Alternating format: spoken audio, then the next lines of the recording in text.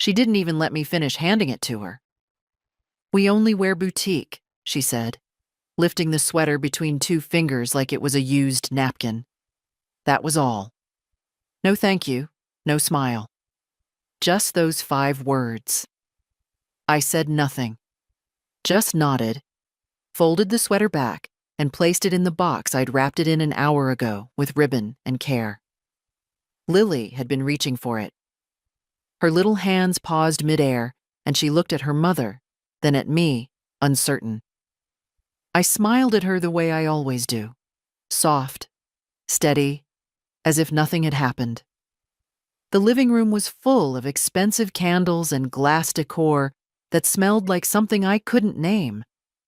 The couch cushions were too stiff to sit on, and the walls were empty except for a print that said "grateful" in gold letters. That word, floating above Karen's perfect blonde head, made me want to laugh or cry. "I appreciate the effort," Karen added, already turning away. She wore heels inside the house and clicked across the hardwood like the hostess of a magazine spread. Effort. I had stayed up 3 nights to finish the sweater. I chose the yarn from the farm shop, soft merino in a warm peachy color that reminded me of the blush on Lily's cheeks when she plays outside. I'd added little acorns along the hem. She used to collect them in a jar when she was 4. "Did you see what Grandma made?" I asked gently, crouching to Lily's eye level. She nodded. "It's really soft." But then Karen shot her a look, and Lily pulled her hands back like the wool was burning. "She doesn't need homemade, Martha," Karen said, still with that polite voice that made everything worse. "I'm sure you meant well." Of course I did. That's what people like me do. We mean well. We stay quiet. We make things. We wait for gratitude that never comes. It was snowing when I left their house. The kind of fine, persistent snow that slips into your collar and stays there.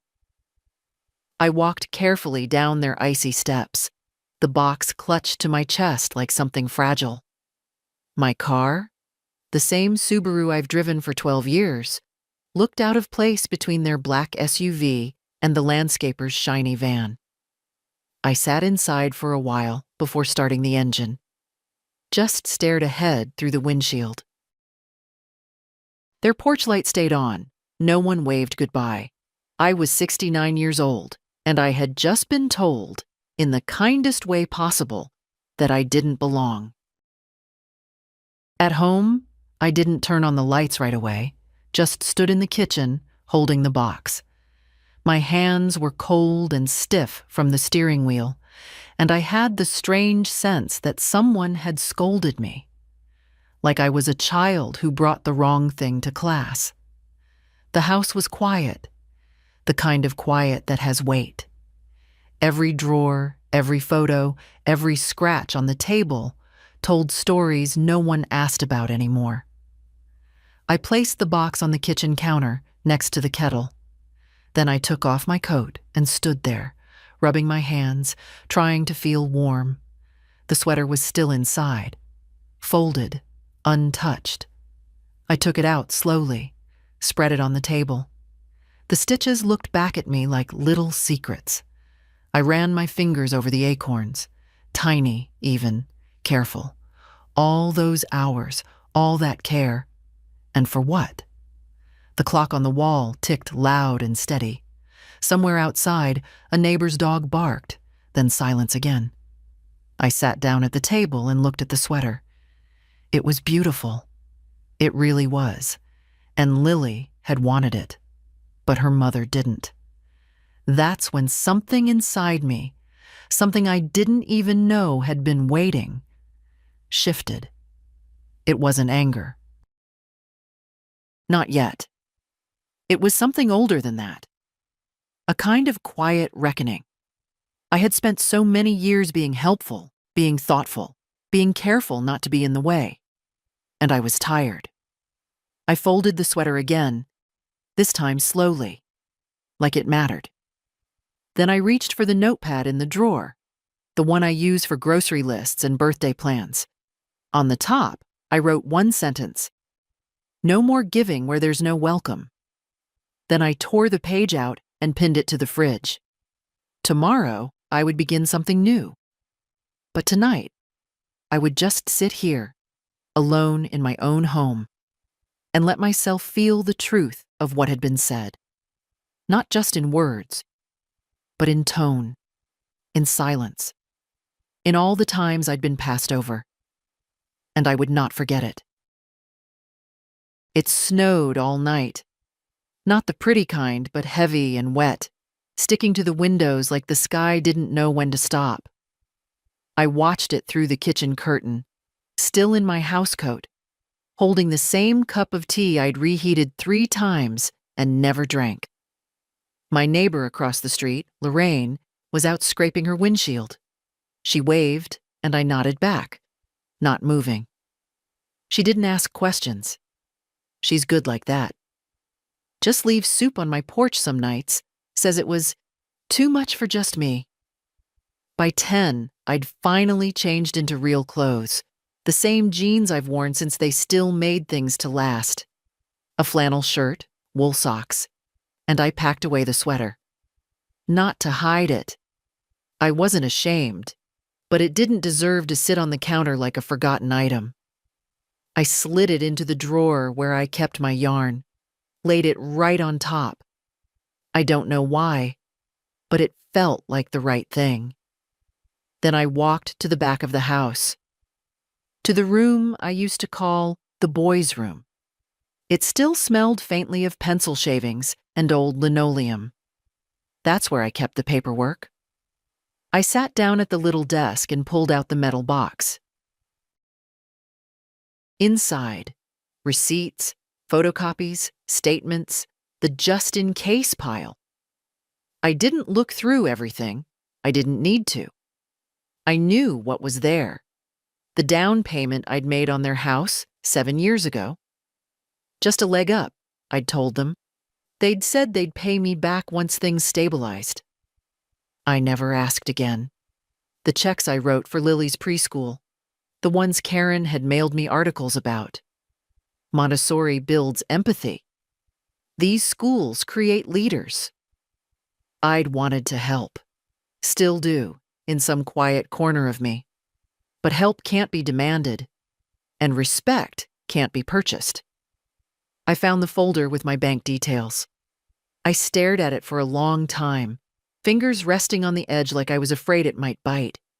Then I picked up the phone. "Hello, this is Helen at Valley Union Savings. How can I help you today?" Her voice was young, breezy. I imagined her in bright nail polish and thin glasses. I cleared my throat. "Yes, I'd like to temporarily suspend automatic payments. All of them, please."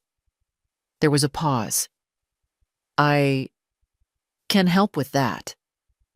May I ask what kind of payments?" "Family support," I said quietly. "Mortgage supplements. School fees. Credit cards in my name for their emergencies. All of it."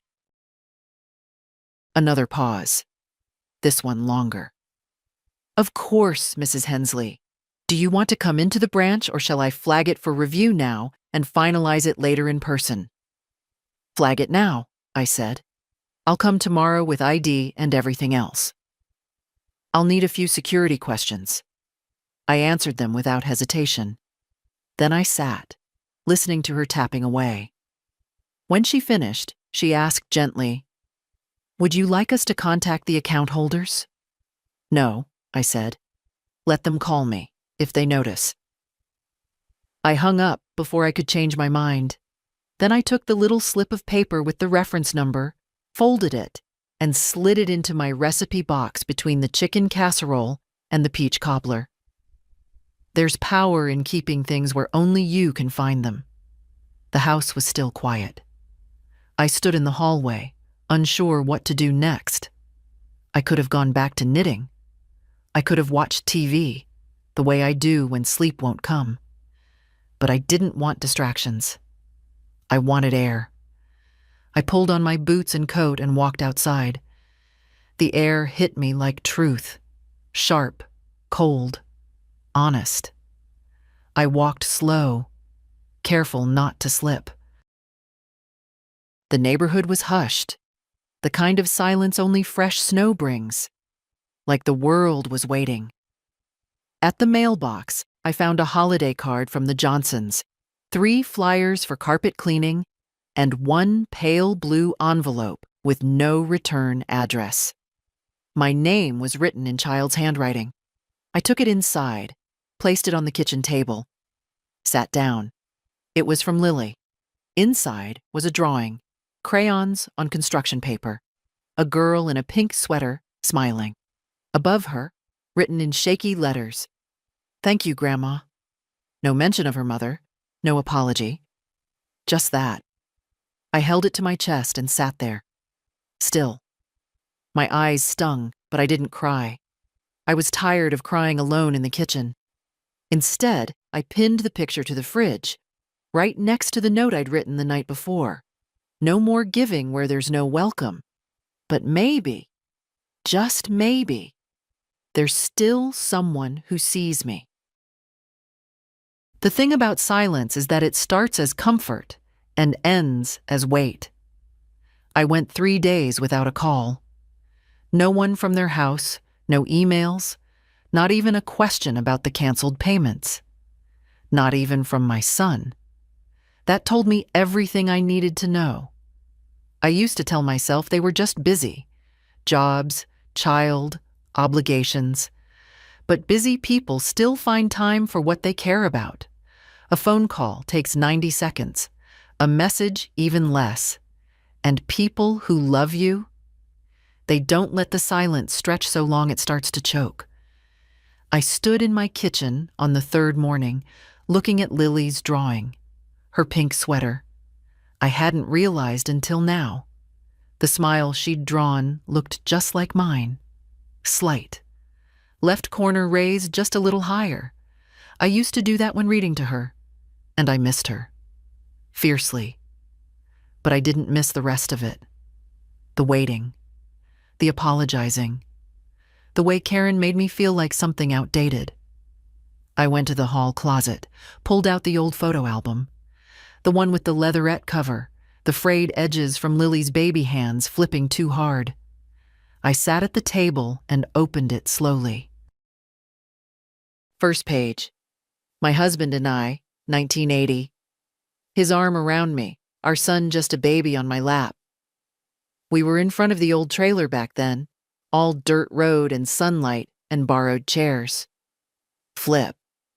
Our son in 2nd grade, holding a trophy almost as big as his torso. He cried because he thought he'd lose, I whispered aloud, remembering. He always cried when he thought he'd lose. I was the one who stood beside him, all those nights he refused to sleep before tests. Karen hadn't even met him yet. Flip. Us at the community fair, 1997. I was holding a pie. First prize. It was the only blue ribbon I ever got for baking. I'd kept it in a box with his kindergarten drawings. I wondered now if he even remembered that day. The way he clapped for me louder than anyone else. I closed the album slowly. When did the clapping stop? The phone rang. I didn't recognize the number. For a second, I thought maybe it was one of Karen's friends, calling to scold or shame me for stepping back. It was my lawyer. "Mrs. Hensley," he said, "just following up. Did you still want to proceed with those changes to your estate documents?" I looked at the refrigerator, at Lily's drawing, then I looked at the recipe box. "Yes," I said, "I do. Would you like to meet in person or start by email?" "In person, and I'd like to bring a revised list of beneficiaries." "All right," he said, and I could hear the way his tone changed. A woman who shows up in person, who knows what she wants. I hung up. Then I took a blank sheet of paper and sat down again. Name by name, I made the list. It was shorter than it used to be. I kept Lily. I added a line for the shelter downtown, the one that teaches sewing and job skills to women starting over. I'd taught there, years ago. Quietly. No one in my family ever asked about it, and I never brought it up. I added another line for the quilting circle I'd joined at church. Most of those women lived alone. Most of them gave more than they got. And for the first time in years, I didn't add my son. Not out of spite, out of clarity. I wasn't punishing anyone. I was just choosing who to pour into. The doorbell rang mid-afternoon. I peeked through the side window and saw Lorraine standing there, holding a small tin. "Banana bread," she said when I opened the door. "You looked tired the other day." I probably was. She handed me the tin and stepped back. "You know," she said, "I saw your son's wife at the grocery. She looked straight through me like I wasn't there." Cold? I didn't respond. I didn't need to. "You doing okay?" Lorraine asked after a pause. "I think," I said, "I'm doing the most okay I've been in a long while." She smiled. "Good." When she left, I made a cup of tea and sat with the banana bread. I didn't rush. I didn't think about them calling or not calling. I just sat. With my name. With my list. With my own company. And it was enough. I drafted the letter 3 times. The first version was polite, careful, too careful. "I hope you understand my position." No, I thought. They never understood anything I didn't explain in full sentences, then repeat again like I was reading from a cue card. The second version was angry. "You've taken, and I've let you."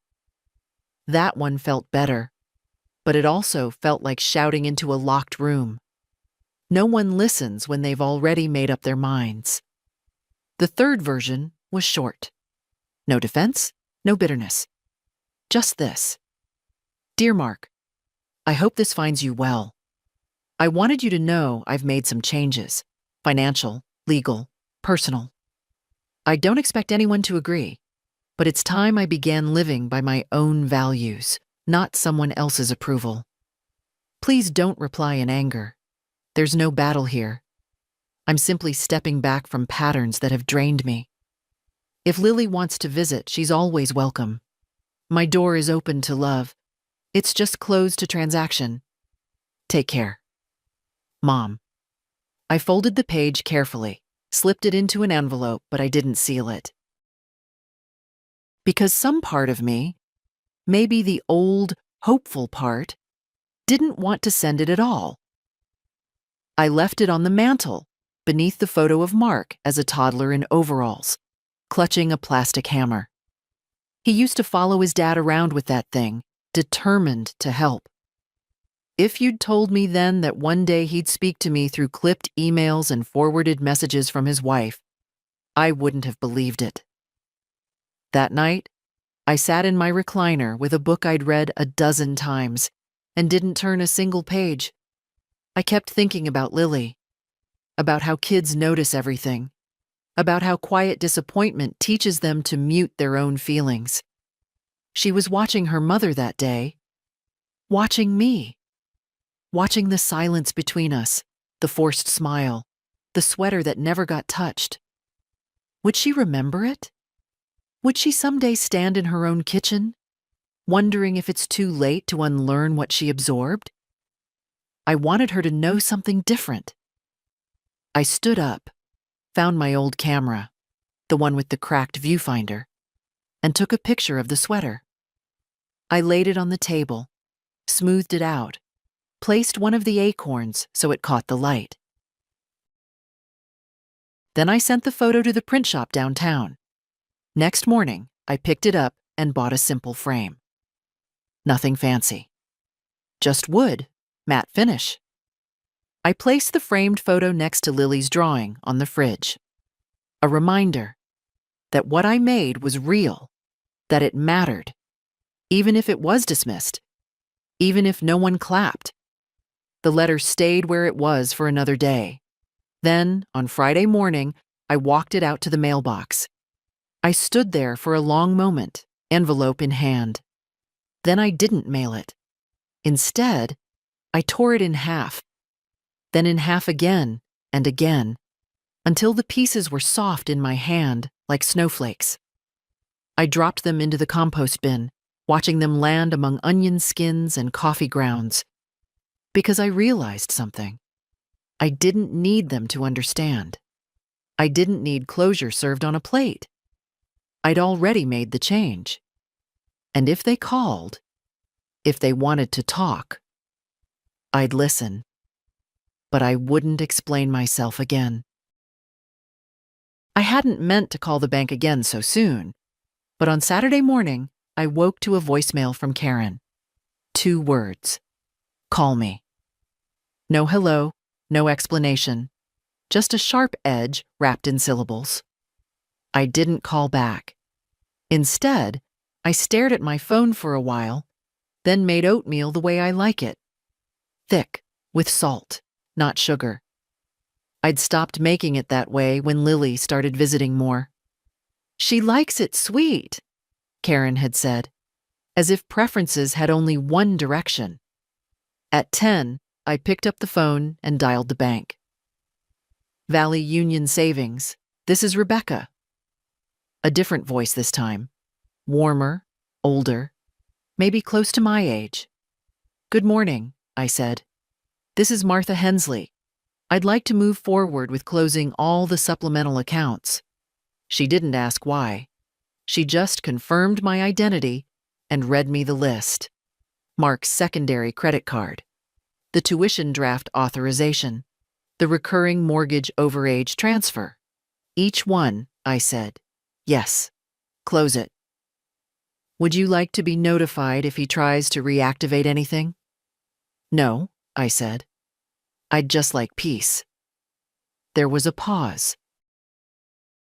Then kindly, we can do that.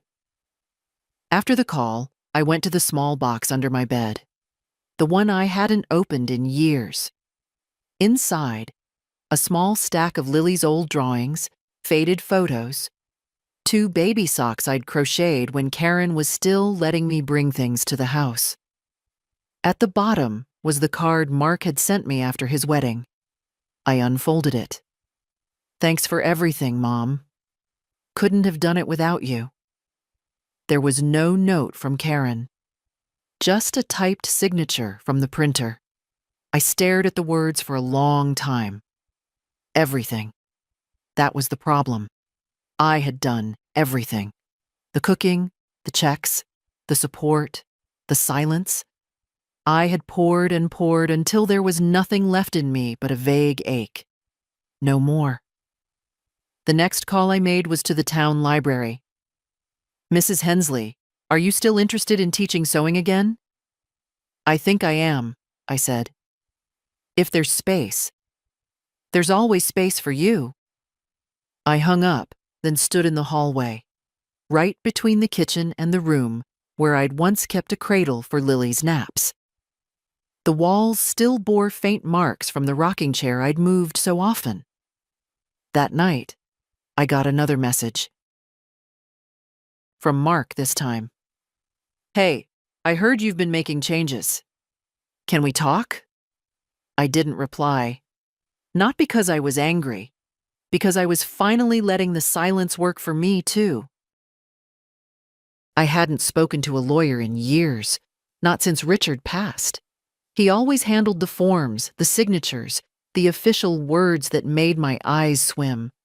But now, it was just me, and I was learning that solitude could be a kind of clarity. Francis Whitlow still had the same office, same leaning filing cabinet, same window with the stubborn shade that never quite rolled up straight. He'd aged, of course. Hadn't we all? But he still had the kind of handshake that made you feel like the room wouldn't collapse, no matter what you brought into it. Mrs. Hensley, he said, pulling out a yellow notepad. What can I do for you today? I took a breath. I need to update my will. He blinked slowly, then nodded. All right. Any major changes? Yes. I handed him the list, short but precise. I've removed Mark as primary beneficiary. I'd like the remainder of my estate to be divided equally between the community sewing program and a trust I want set up in Lily's name, but not one her parents can access. Francis raised an eyebrow. You want to establish a restricted trust? Yes, until she turns 25. Earlier, only under certain circumstances, education, housing, emergencies, but no parental control. She'll inherit my house too, if she wants it. He didn't ask why. That's one thing I'd always liked about him. He worked with widows. He knew when stories didn't need to be spoken to be understood. We can make that happen, he said. I'll draft a preliminary version by next week. And I want to write a letter, I added, to go with it. Not a legal one, a personal one, something she'll read when she's ready. Would you like help composing it? No, I said. That part has to come from me. Back home, I pulled out the good stationery, the kind I used to keep for Christmas letters and condolences. I hadn't touched it in years. Then I sat at the kitchen table and wrote, My sweet Lily. If you're reading this, I'm no longer around to explain things in person. I hope you remember my kitchen, the smell of cinnamon, the feel of wool between your fingers. I want you to know something I didn't always say aloud. You are allowed to be different, to choose soft over shiny, to say no, to say enough. This house is yours if you want it. These funds are yours when you're ready. But more than that, I hope you remember that you were always loved for who you were, not what you wore or who you impressed. Keep the kindness. Keep the quiet strength. And if the world ever tells you handmade isn't enough, show them what hands can make. Love always, Grandma. I folded the letter slowly, pressed it flat, and slid it into the envelope marked Private for Lily. Then I placed it in the drawer with the framed photo of the sweater. It wasn't revenge. It was realignment. I wasn't erasing my son. I was just stepping out of the role he'd written for me long after the ink had dried. I hadn't been to the church basement in nearly a year. The last time was for a potluck after Ruthie's funeral. Everyone bringing casseroles and standing awkwardly near the punch bowl, unsure how to fill the silence she'd left behind. Ruthie had always filled silences with gossip and ginger cookies. Now the room just echoed. But today it smelled like cinnamon again, and strong coffee, and the faint, warm scent of old wood and yarn. The quilting group was smaller than it used to be. Age thinned the ranks, and bus schedules weren't kind to joints that didn't bend like they once did. But the ones who showed up, they still stitched like it mattered. "Look what the cat dragged in," Bernice called from across the room, her voice cracking on the edge of a laugh. "More like what the wind blew in," I answered, unbuttoning my coat. "You come to stitch or just drink our coffee?" Margot asked, raising her brow over her glasses. "Little of both." They made space for me without ceremony. That's what I loved most about women like them. No false welcomes, no performative affection. Just one scoot of a chair, one push of a basket to the side. I brought out a bag of soft wool I'd dyed months ago, still rich with color. Plum, pine, soft ash. I hadn't known what I'd use it for until this week. We worked quietly, as quilting circles often do. Needles tapping, scissors snipping, the occasional sigh from a back too long in the same chair. The silence was companionable. I didn't need to explain why I was there, why I hadn't been before, or why my stitches were tighter than usual. But Margot spoke eventually. She always did. Heard from your son lately? No. No one asked more. They didn't need to. After a while, the conversation shifted to the upcoming church bazaar. We need more items, Bernice said. Last year's scarves didn't sell well. What about small throws? I offered. Lap blankets, but beautiful ones. Something comforting. Like your peach sweater? Margot asked without looking up. I paused. You heard about that? She snorted. This town's not that big, Martha, and Karen's not that subtle. I didn't respond. I just threaded another length of plum yarn and began the border. Make a few for the shelter table, Bernice added. You always had an eye for color. I nodded, surprised at how easily the yes came. It felt good to say yes to something that gave, not just took. Afterward, I walked home slowly. The wind had picked up, biting at my cheeks, but I didn't mind. My coat was warm, and my hands, though stiff, were steady. When I got home, there was a note on my porch, a real one, folded and tucked under the potted ivy that hadn't quite given up on summer. It was Lily's handwriting. Grandma, I'm sorry about Mom. I miss you. Do you think maybe I could come by sometime soon? Just us? I want to learn to knit. I won't tell her if you don't want me to. Love, Lily. I sat down on the steps and held the note against my chest. She remembered, not just the sweater, but the me inside the sweater. I didn't go inside right away. I just stayed there a while, the cold creeping through my socks, the wind tugging at my collar. Because some moments ask you to sit with them, to feel them fully, to let the pain breathe, and the hope too. And in that stillness, I thought, maybe I was never meant to be boutique. Maybe I was always meant to be stitched. I waited a full day before answering her note, not because I needed time to think, but because something about her words, just us, made me want to slow down and hold the moment gently, like the first snow you don't want to step on yet. I wrote her back with a pen that scratched slightly, my favorite one with blue ink and a soft grip. Dear Lily, of course you can come by. I'd love that more than anything. I'll teach you whatever you want to learn, knitting, baking, mending buttons, planting herbs, whatever strikes you. No need to keep secrets, but I understand if you need quiet space right now. You always have that here. We'll start with something simple. Wool in your favorite color, tea with honey, and a good chair to sit in. See you soon, sweetheart. Love, Grandma. I folded it, tucked it into an envelope, and the next morning I walked it down to the bus stop near her school. I knew which driver she had, the same man who used to let her pull the little cord to signal a stop when she was 5. Can you give this to Lily Henderson? I asked. She sits by the window halfway down. He smiled, took the envelope, and nodded. She still pulls the cord even when it's not her stop. That made me laugh. The old way, with the chest, not the throat. The next afternoon, I heard the knock. Gentle, hesitant, but it was her.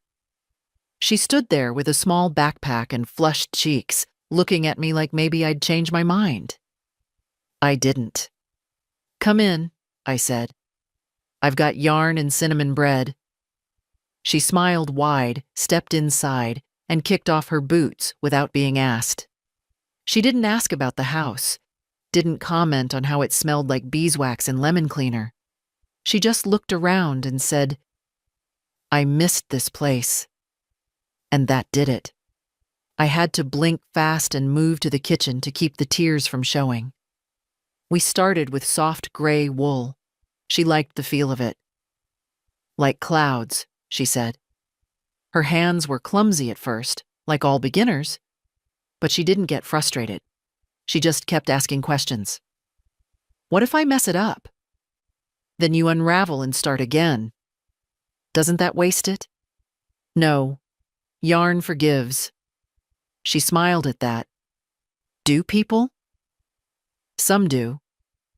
She didn't ask more. Later, while the bread cooled, we sat on the floor and looked through the old button tin. She sorted them by color, by size, by number of holes. These are prettier than the ones in stores, she said. They've lived longer, I said. That night, when Mark texted asking if she'd come home for dinner, she looked at me, unsure. I didn't say anything. I just handed her the phone. She typed slowly, then showed me before pressing send. Still at Grandma's. Learning. No apology. Just truth. He didn't reply. She stayed until the sky turned deep, and the lamp by the window cast that soft amber circle around us. When she left, I gave her a small bundle of yarn and 2 knitting needles tied with twine. For practice, I said. She hugged me tight. Not the fast kind kids give when they're told to. The kind where they stay still for a minute and breathe near your neck. When the door closed behind her, the house felt full again. Not loud, not busy, just full. I stood by the window and watched her walk down the street, the bundle under her arm, and I realized I didn't need anyone else's version of family. I had mine. She had me.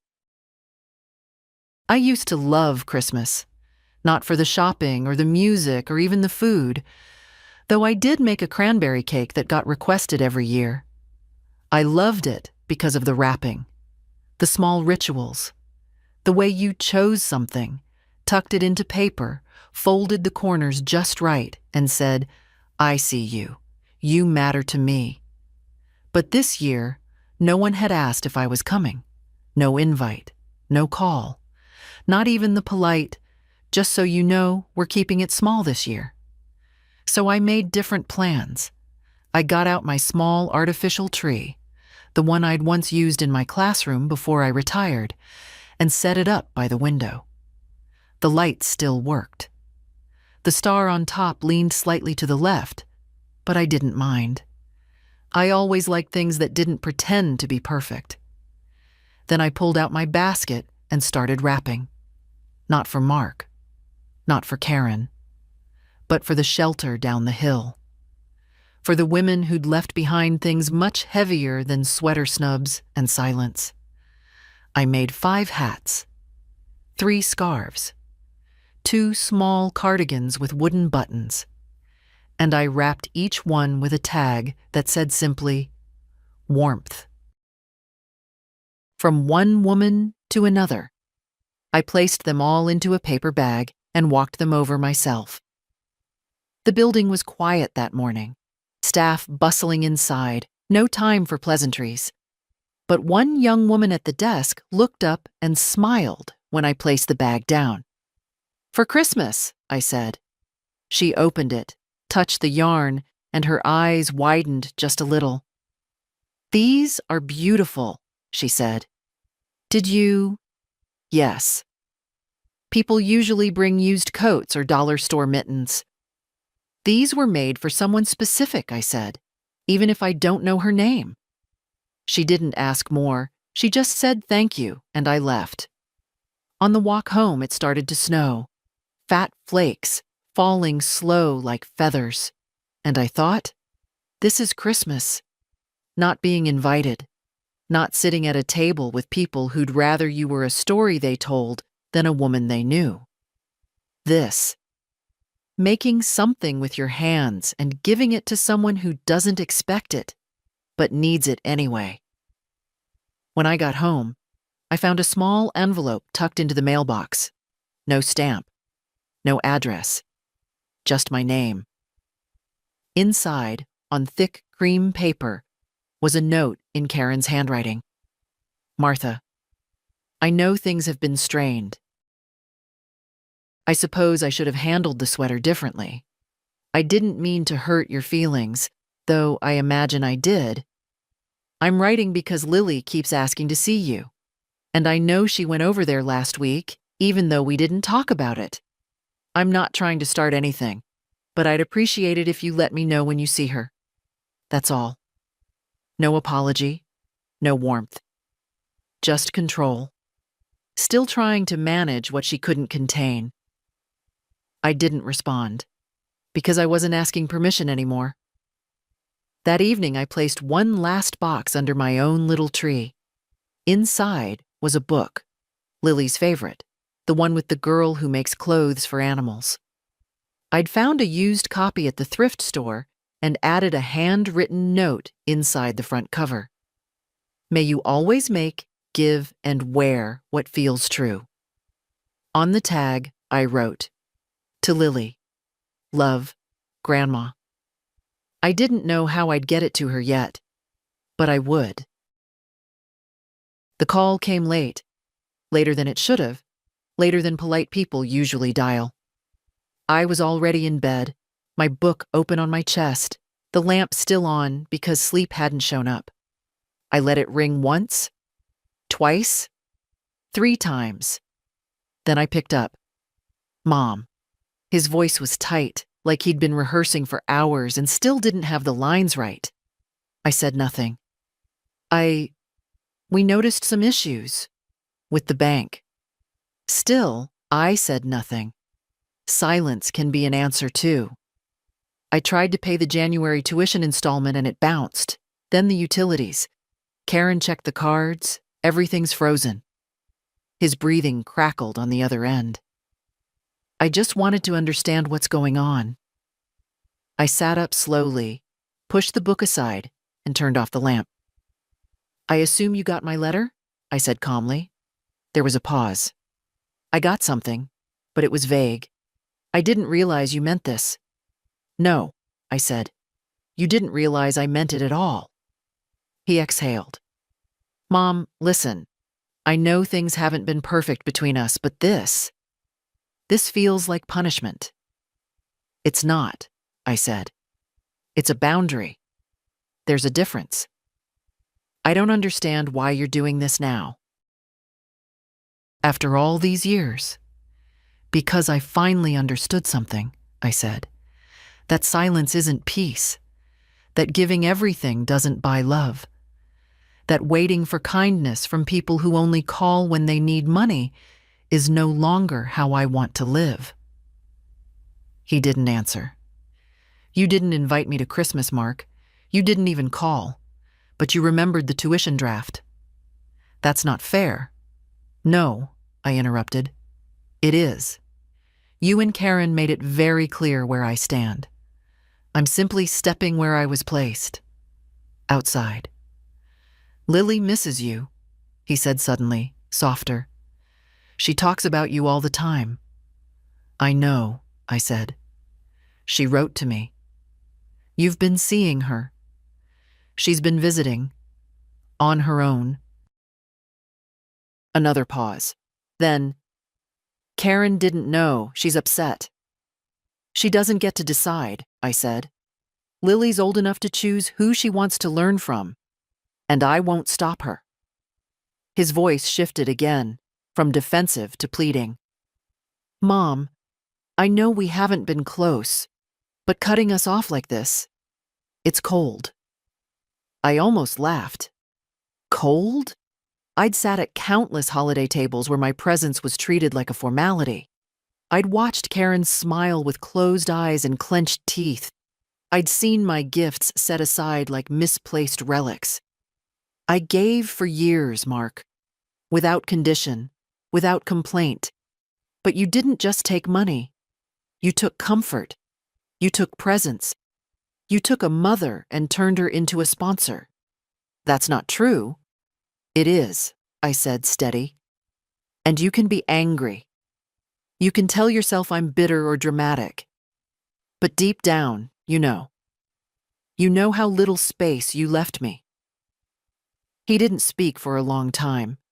I could hear the hum of something in the background. Maybe the fridge. Maybe the sound of his own disappointment catching up to him. Finally, he said, So what happens now? You live your life, I said, and I live mine. We don't owe each other silence or performance, but I won't be your fallback anymore. I didn't mean to make you feel, I know, I said, and this time I softened just slightly. But meaning well isn't the same as doing well. He exhaled again. I should go. Yes, I said. You should. And then I added, Lily's still welcome? Always. He hung up. No goodbye, no apology.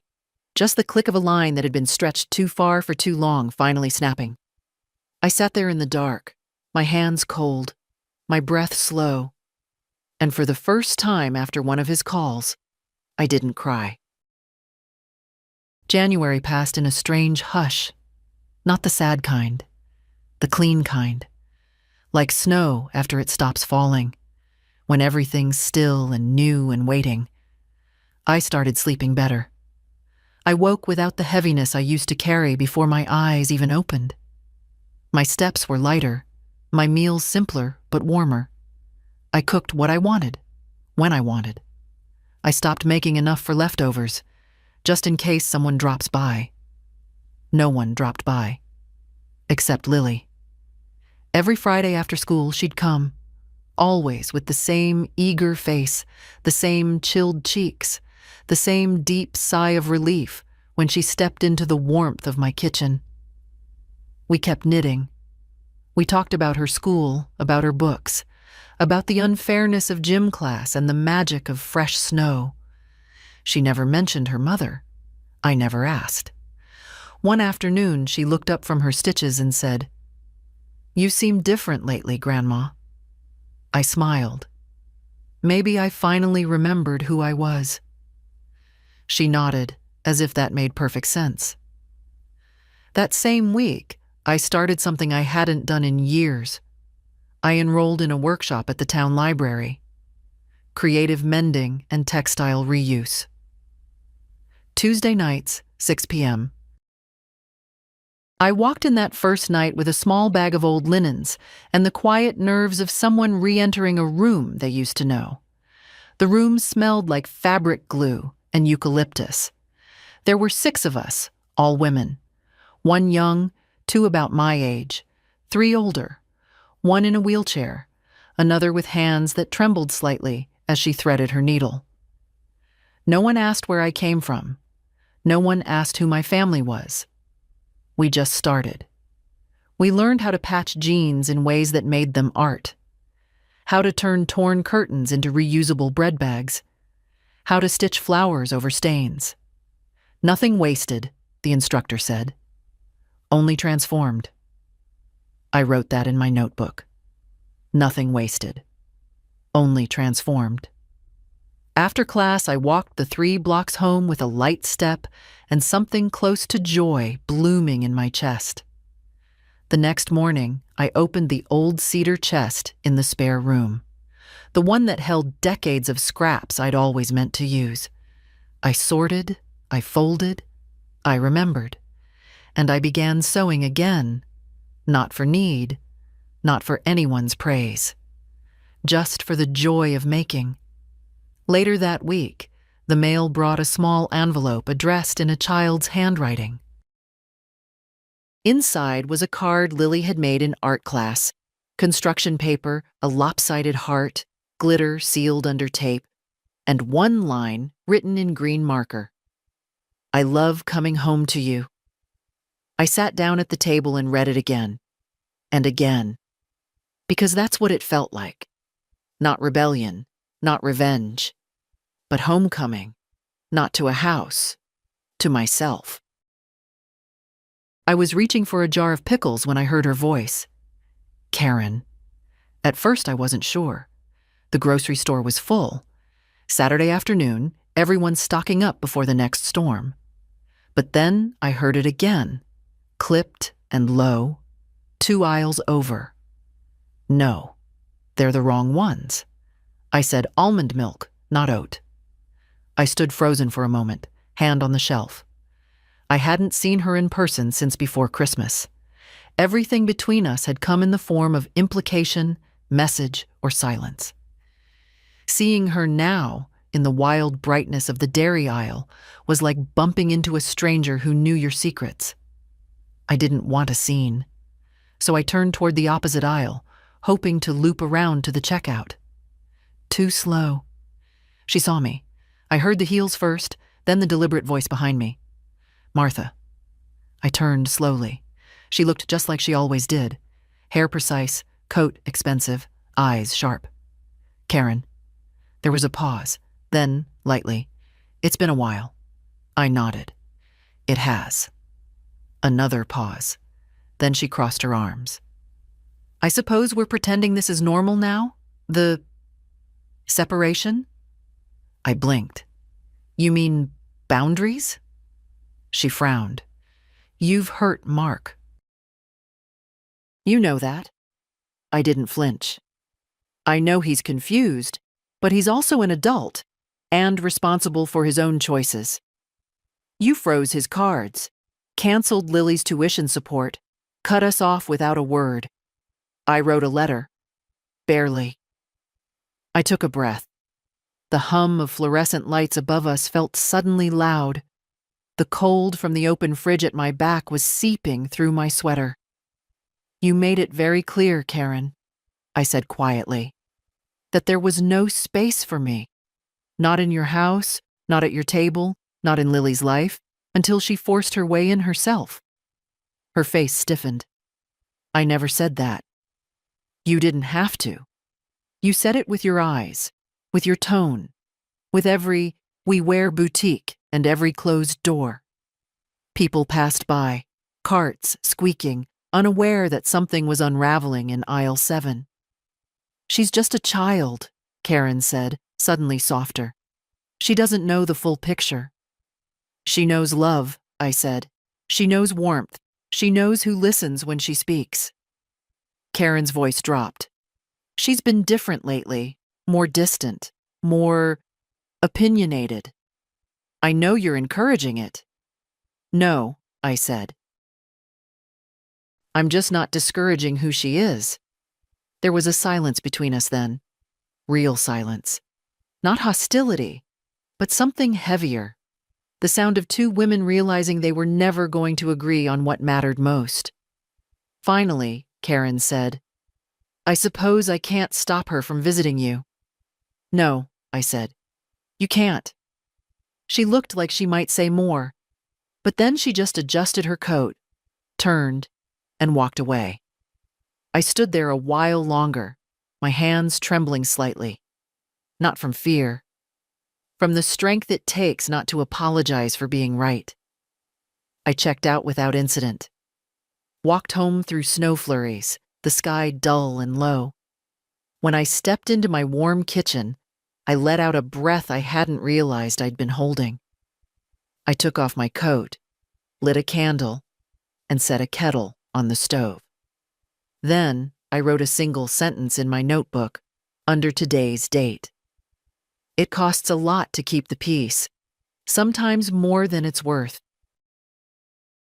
She came just after dusk, with the wind behind her. I didn't expect her, not on a Tuesday, not without a note, not with the week still heavy and school still in session. But there she was. Lily, in a red knit hat and snow-dusted boots, cheeks pink from cold, eyes wide and quiet like the evening sky. I opened the door and she stepped inside without a word, dropping her backpack softly by the wall. "I needed to come," she said.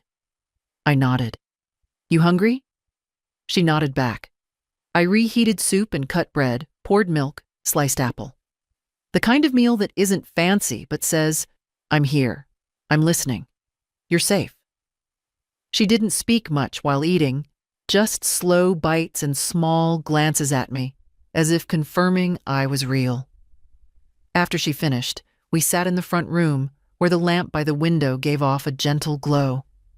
I picked up my knitting, and she did too. Still clumsy, still unsure, but with that same quiet determination she always had. "I told Mom I was going to a friend's," she said, eyes on the yarn. I didn't scold her. I just said, "I'm glad you came." She paused. "It's hard at home lately." I waited. "She's mad all the time." "About school? About me? About you?" I set my knitting down. "Did she say anything to you? About here?" Lily shrugged. "She said you're being difficult, that you're teaching me to be stubborn." "And what do you think?" She looked up at me, small and serious. "I think you're teaching me to be strong." I swallowed hard. "She told me the sweater made us look poor." My chest ached, slow and sharp. "It made me feel warm," Lily added. "I wore it in my room when no one could see." I reached across the space between us, touched her hand lightly. "You don't have to hide the things that feel good to you," I said. "Not for anyone." She nodded, lips pressed together. Then, hesitantly, "Could I stay the night?" I hesitated. Not because I didn't want her. I did, with every part of me. But because I knew what kind of storm it might stir. Still, she had come. And she was asking. And I would not be another door closed. "Call your father," I said. "Tell him you're safe, that you'll be home in the morning." She dialed from the kitchen phone, voice low and fast. I didn't listen in, but I saw her shoulders stiffen, then drop. When she returned, she just said, "He knows." That night, I made up the old bed in the guest room, the one she used to nap in as a toddler, the one with the worn quilt and the little lamp shaped like a bear. She brushed her teeth with the backup toothbrush I'd always kept, just in case. Before she went to sleep, she stood in the doorway, bare feet on the wood floor. "Grandma?" "Yes, sweetheart?" "I don't think I want to be like her." I didn't say she had to love her mother or forgive her right away. I didn't say family is complicated or that someday she'd understand. I just walked over, brushed her hair from her face, and said, "Be like you." She nodded, then climbed into bed, pulled the blanket to her chin, and whispered, "This feels like home." The knock came early, too early for someone polite. I was still in my robe, the kettle just starting to hum, the sky outside a soft gray that hadn't decided if it would bring sun or snow. Mark stood on my porch, no jacket, just a sweater, thin and wrinkled, hair uncombed, hands in his pockets. Behind him, his car idled in the driveway. I could see Lily's backpack in the back seat, but not Lily. I opened the door but didn't step aside. We looked at each other for a long moment. "She's inside," I said finally. He nodded. "I figured. She's fine." "I know." We stood like that, neither of us moving. Then he said, "Can I come in?" I didn't answer right away. Then I stepped back, just enough for him to pass. He walked in slowly, looking around like the place was smaller than he remembered. Or maybe it was just that he'd grown into someone who didn't belong here. "She's still asleep," I said. He nodded again, eyes on the floor. "I don't want to fight," he said. "Then don't start one." He sat at the kitchen table without asking, like he used to. Like when he was 10 and mad about something at school, but couldn't quite say what. I poured 2 cups of tea and sat across from him. He didn't touch his. "I didn't know how far things had gone," he said. "Between you and Karen. I thought you were just being distant. I was being erased." He looked up. Every time I brought something, she rolled her eyes. Every word I spoke was met with polite silence. Every gift, every visit, every moment filtered through judgment. He said nothing. "And you let it happen," I added. Still, he said nothing. "I tried to make peace, for Lily's sake, for yours. But peace isn't real when one side is constantly shrinking." He rubbed his hands together slowly. "I was afraid," he said finally. Of what? Of being caught in the middle. I nodded. You were. And instead of choosing truth, you chose ease. He swallowed hard. She's not easy to live with. That's your choice, but don't expect me to keep paying the toll for your decisions. He looked like he might argue, but then he leaned back and stared at the fridge, at Lily's drawing, at the photo of the sweater, at the quiet evidence of a life he no longer knew. She's changing, he said. Lily. She stands up to us now. She questions everything. She's growing, I said. She says you make her feel seen. I smiled, faintly. Because I do. He looked at me then, really looked, and I saw the boy in his eyes, the boy who once cried over a broken toy, the boy who made me a lopsided clay mug and called it a forever cup. I don't know how to fix it, he said. It's not yours to fix, I said. It's yours to see, to own, to decide what kind of man you want to be next. He lowered his head, nodded once, then softly. She wants to come here more. She's always welcome. He didn't argue. Instead, he stood slowly, walked to the front room, and waited while Lily gathered her things. When they left, he didn't say goodbye. But at the edge of the porch, he paused, turned back, and said, "Thank you for not turning her away." I closed the door behind them and leaned against it. No victory. No neat resolution. But something had shifted. Not enough to rebuild what we lost, but enough to know where I stood now and who stood with me. Spring came slowly that year, not in a rush of blossoms or birdsong, just in small signs. Thinner frost on the window panes, the return of light in the late afternoons, the soft crackle of thaw beneath the garden's soil. I started opening the windows again, just a little, just enough to let the air change. Lily still came every week, sometimes twice. She'd bring half-finished knitting and questions about the world that startled me in their sharpness. Why do people pretend to be nice when they don't mean it? Why don't adults say they're sorry more often? Why do moms get mad when you don't want to be exactly like them? I never gave her perfect answers, but I never told her not to ask. We planted herbs in the back garden, basil, thyme, mint. I taught her how to bury eggshells near the roots for strength, how to know the difference between a weed and a sprout. Some days we didn't speak much at all. We just sat on the porch, each with a cup of tea, each with our own thoughts. And it was enough. One evening, she brought a bag with something wrapped in tissue. "I made you something," she said. Inside was a scarf. Crooked in places, a few stitches too tight, others too loose. But it was soft, and warm, and hers. "I wanted it to be the same color as the sweater," she said. I wrapped it around my neck and didn't hide the tears that came, because that scarf was more than a gift. It was a return. Later that month, I got a card in the mail from Mark. Just a few lines. "Mom, I've been thinking a lot. About you. About how much you carried that I never really saw.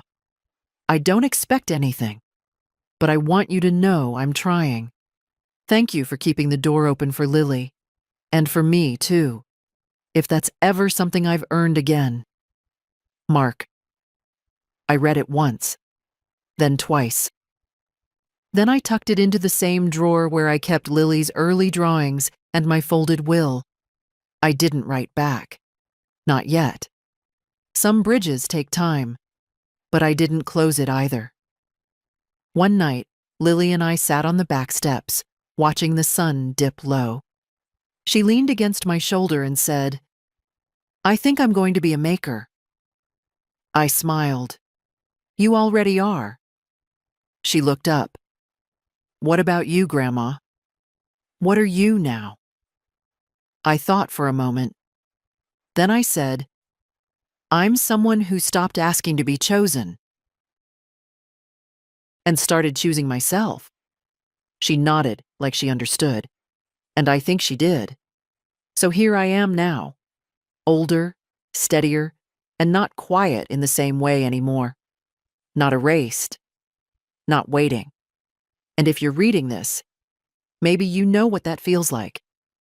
Maybe someone once made you feel small for being soft, or ashamed for making things with your hands, or invisible in rooms where you gave everything and got silence in return. If you've ever folded yourself smaller to fit into someone else's comfort, unfold now. Stand up. Pour into the ones who see you. Make the soup. Knit the sweater. Keep the letter. Open the window. And if this story reminded you of something you once lost, or something you just reclaimed, leave a comment. Share it with someone who needs to remember they're not alone. Let this be your warmth, too.